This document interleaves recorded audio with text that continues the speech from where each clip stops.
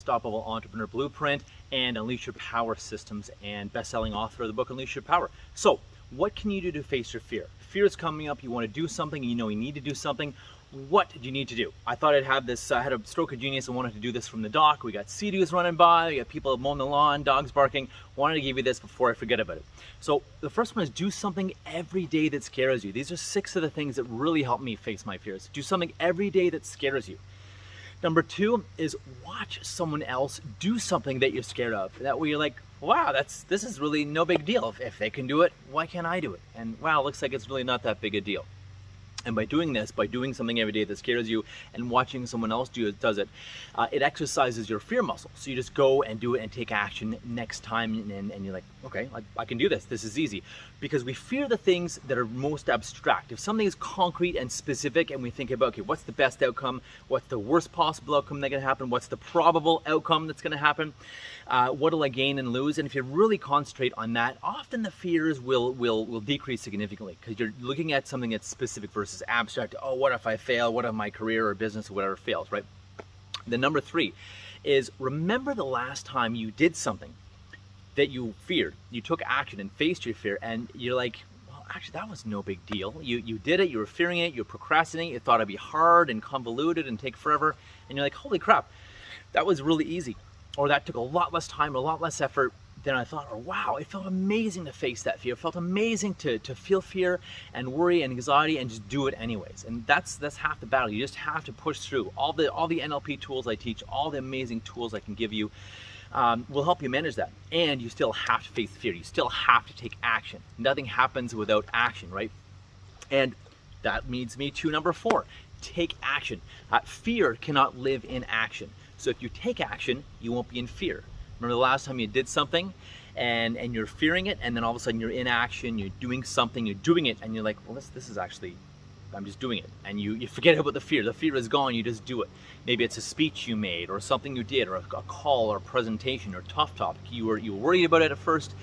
Maybe the first couple minutes you did it, you were worried, but then boom, you know, your fears were off and away, just like the Sea-Doo that's ripping by me here, right? Off and away, never to bother you again when you were doing that because you were in action. Fear cannot live in action. It's not possible. So be in action versus being in action or taking in action, right? So be in action.